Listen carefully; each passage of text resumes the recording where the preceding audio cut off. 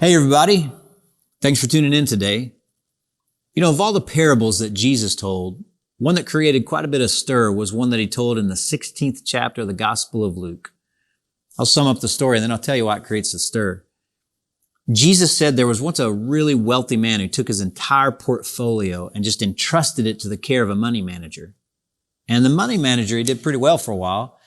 But then word came back to the owner that the money manager was getting a little careless with his portfolio. So without even investigating, the rich man tells the money manager, "You're done. You're fired. You're going to have to hit the road. I don't like what I'm hearing." Well, the money manager, he's in a pickle. He's not sure what he's going to do. He says to himself, "I'm too weak to go to work in the fields." I mean, maybe he was an older guy, so he was just too weak. He said, "I can't do that." And he said, "I'm too proud to go and beg in the street." He'd obviously never heard the Temptations song, so that's not an option. I mean, he's in trouble. But then rather creatively, he comes up with a plan. He goes to a couple of his master's creditors and he offers them discounts. He says, "Hey, you owe my master such and such amount. I'm going to discount it to you by 25%, but you got to pay him right away." And he does that with each of his master's creditors, one by one, with the folks that owe money to his master. He just runs through the list there. Now he does this, he offers these discounts so that after he's out of a job, maybe those creditors will think kindly of him. You know, maybe they'll let him hang at their place or sleep on their couch or something for a while until he can get on his feet. So he offers these discounts and the guys all pay reduced amount. Of course, he still loses his job. Later on, the master finds out what the guy did, what the money manager did. And you'd think the master would be pretty heated up and pretty upset about it all. But Jesus ends the parable by saying the master commended the money manager for his shrewdness. The master commended him. How about that? It's almost universally acknowledged to be one of, if not the most difficult of all Jesus' parables to understand. A manager gets fired for gross incompetence and responds by going behind his boss's back, hiding the fact that he's fired, finessing the books, illegally reducing the money owed to his employer to feather his own nest, and he gets commended. The owner, the rich man, said, "I got to hand it to you. You were in a tough spot and you faced it. You put some solutions on the table and then you implemented the solutions. For your taking initiative, you are to be commended." You see, the parable is not about ethics, which is what a lot of us think it's about sometimes. It's not about ethics as much as it is about initiative. You see, Jesus is commending the guy for facing the problem and taking initiative. You say, "Well, Dave, isn't it just common sense that if a person has a problem, they face it, they think of a solution and they implement it?" Unfortunately, no. We're in this series called Life's Missing Ingredient. And for a whole lot of folks, their lives are not working out real well right now, who, other than complaining about it, blaming their parents or God or the government, they're not lifting a finger to change their situation. There's no manifestation of taking initiative whatsoever. Underlying a lot of that inactivity is a tragically misguided but strongly believed in philosophy, which goes something like this. If I just stay in my present condition, things will get better for me. Somehow, some way, someday. By doing precisely nothing, I will eventually find myself in a better set of circumstances. Scotty will beam me up. The universe will smile on me, something like that. The mantra of a person like the one we're talking about here is the word someday. Someday my ship will come in. Someday someone will offer an incredible new opportunity to me. Someday someone new will float into my life that I could date or marry. Someday all my debts will go away. Someday my marriage will just improve. Someday my kids will stop getting into trouble. Someday my metabolism will increase and my fat will burn away. Someday my drinking will decrease and I'll regain sobriety. Someday I'll leave lukewarm Christianity, follow closely after God, and get a rock-solid, life-giving relationship with Him. Someday. You name it, and someone's got a someday slogan ready for it. But it rarely happens. We're just blowing smoke. See, the drift in life, it's always down, not up. The flow in life is always toward messiness and unraveling. Some of you may have heard of a guy by the name of Max Dupre. For many years, Max was the CEO of a company called Herman Miller. It's a real innovative, creative Fortune 500 company. He wrote a lot of books on leadership. He was asked to speak a lot about life and leadership. And somebody asked him one time and said, Mr. Dupre, what's the most difficult thing that you personally have to work on? And this was his response. It's the interception of entropy. Entropy. Now you may be asking, what in the world does that mean? What is entropy? Well, it's a term from physics that has something to do with the second law of thermodynamics and the availability of energy and the fact that the universe is winding down. But for our purposes today, we can think of it like this. Everything has a tendency to deteriorate. Everything, when left to itself, has a tendency to deteriorate. Everything, when left on its own, when not given attention and energy, everything has this tendency to deteriorate. That's just how it works in human life. So for any progress to be made in any area of our lives, we got to strive for it. We got to take initiative. And for a lot of us, it's the missing ingredient. Now, interestingly enough, the Bible has a lot to say about this and gives us a real interesting couple of images to deal with it all. The book of Proverbs has a name for folks who lack initiative, where like entropy is not being intercepted and it's creeping in. And it's not a real endearing name. The book of Proverbs calls Sunday kind of people sluggards. Think of a snail that's not making much progress. A sluggard. It's not a real endearing name. And Proverbs understands that there are a lot of people who are in danger of becoming sluggards. They're not like the guy in Jesus' story, the shrewd manager exercising initiative. This is from Proverbs chapter 24. I went past the field of a sluggard, past the vineyard of the man who lacks judgment. Thorns had come up everywhere. The ground was covered with weeds. The stone wall was in ruins. I applied my heart to what I observed, and I learned a lesson from what I saw. You know, if you've ever seen a vineyard, you can't help but appreciate all the thought and action that went into them. All those vines, all those stakes, all those rows. A fruitful, productive vineyard is really a thing of beauty. But here's the thing about vineyards. They don't just happen by themselves. They don't just spring up by accident. Someone is behind them, which is what's behind the statement here in Proverbs when it says, I was walking past the field and it was just a mess. And there were thorns all over the place, ground's covered with weeds, walls are falling down. And to understand sort of the angst behind this proverb, to understand what we're dealing with, we got to understand this. In the ancient Middle East, a piece of land that was capable of growing crops was about the most valuable thing in the world. To be the owner of a vineyard was to be a lucky, fortunate person. It was to be a blessed person. It was the opportunity of a lifetime. Understand that sluggardness, it starts with a failure to comprehend that this is my one and only chance at existence on this planet. So we got to get, everybody has a vineyard. Everybody. When you were born, you received a vineyard. You know, your body, your mind, your will, some relationships, some financial resources, a chance to do some good work, a soul. I mean, everybody gets a vineyard. And this is it. This is my one and only shot at my vineyard on this planet. It's the opportunity of a lifetime. And I don't even have to do it on my own, which is good news. I mean, God will be with me. He will partner with me. But, and this is a big but, God will never force any one of us to care for their vineyard. God never forces anyone into action. As the writer says, I was walking past this vineyard and I thought of what it might have been. I mean, it could have been a thing of beauty. It could have been a source of pride and joy, of income to the owner. It could have been a blessing to everybody all around, but this vineyard wasn't. It fell tragically short of what it might have been because of sheer negligence on the part of the guy who owned the vineyard. He was throwing away the opportunity of a lifetime. And that's a danger all of us have. People throw their lives away every day because of a lack of initiative. And there's a lack of wisdom here. I mean, listen to what the Bible says in Proverbs 12.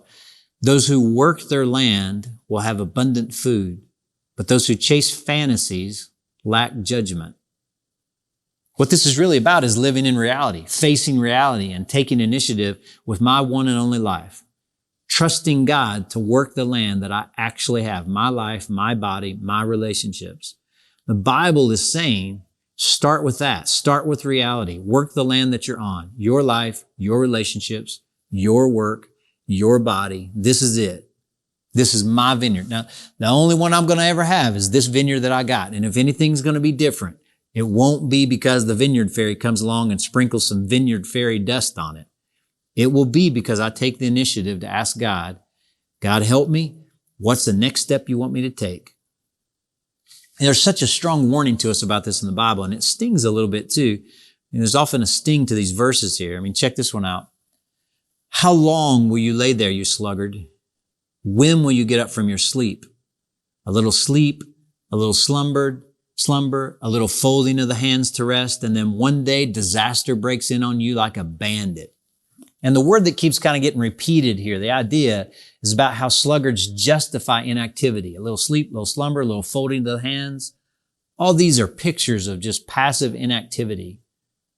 How much longer does the sluggard say that this is going to go on? Well, just a little while.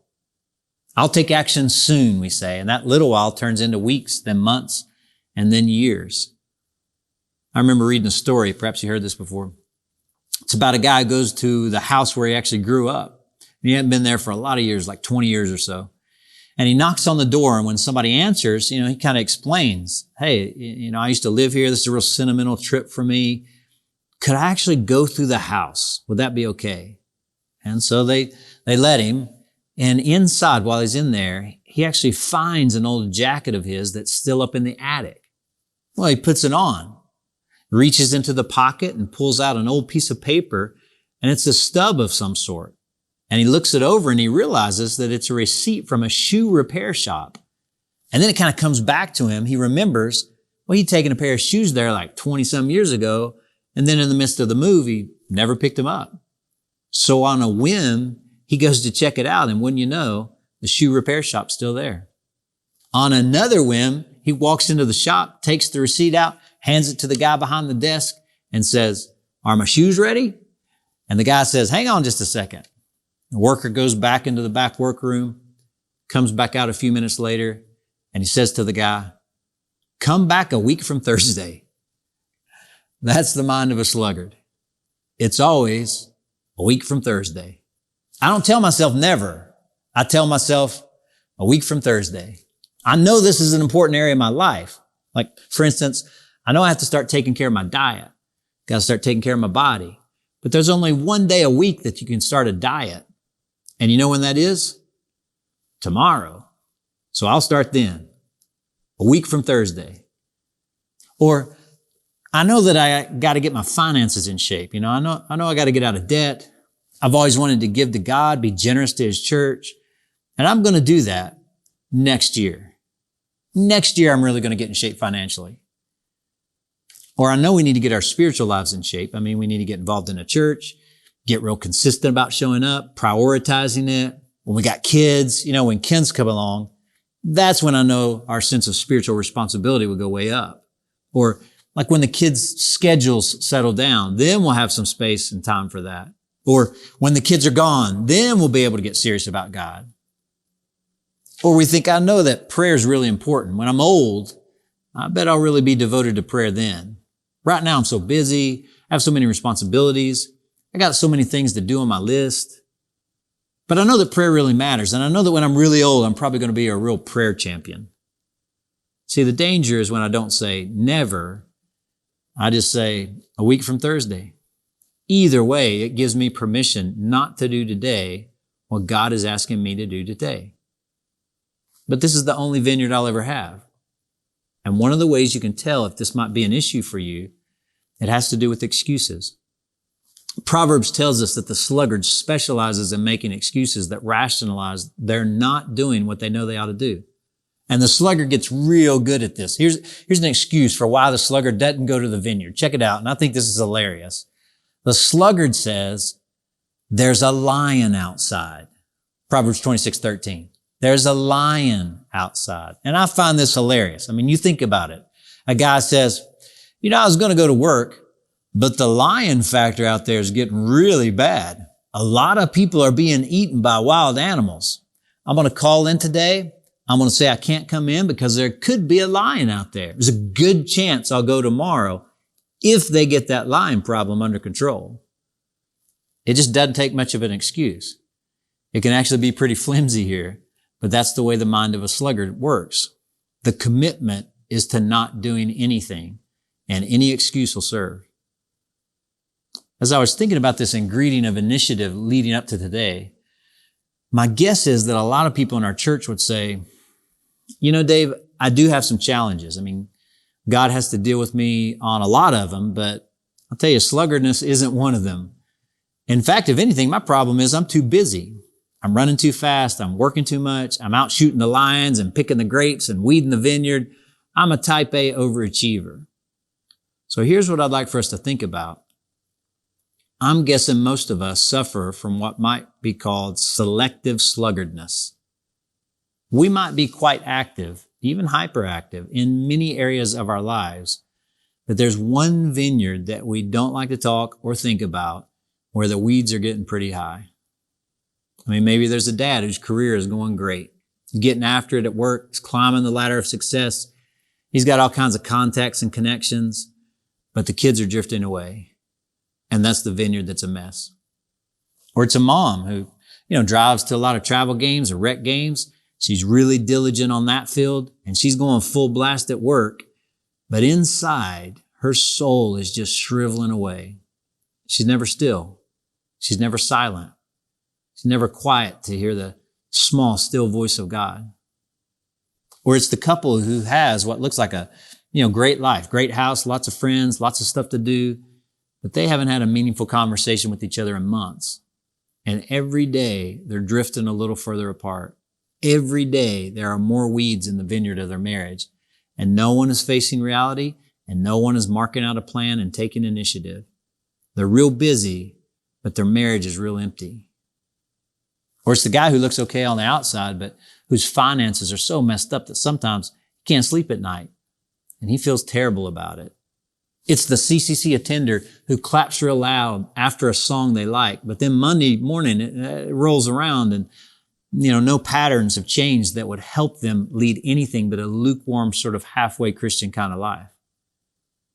See, one of the reasons that selective sluggardness is so deadly is that we can look at all the other areas of our lives where we're working so hard and running so fast. And then the mind, the wisdom of the sluggard convinces us, I'm working so hard in all these other areas, so cut me some slack here. Give me a break over there. But of course, that one area is the one area that can ruin our lives. There was a highly respected leader in the Old Testament that everybody felt had just put on a clinic for how a life of integrity should be led. And near the end of his life, his whole ministry and life unraveled because of some sluggardness he engaged in throughout his entire adult life. The leader's name was Eli. Some of you might remember the area of selective sluggardness with him. He wouldn't discipline his sons. He had two boys who were rascals, really, and he started to kind of work with them and be diligent to try to discipline them.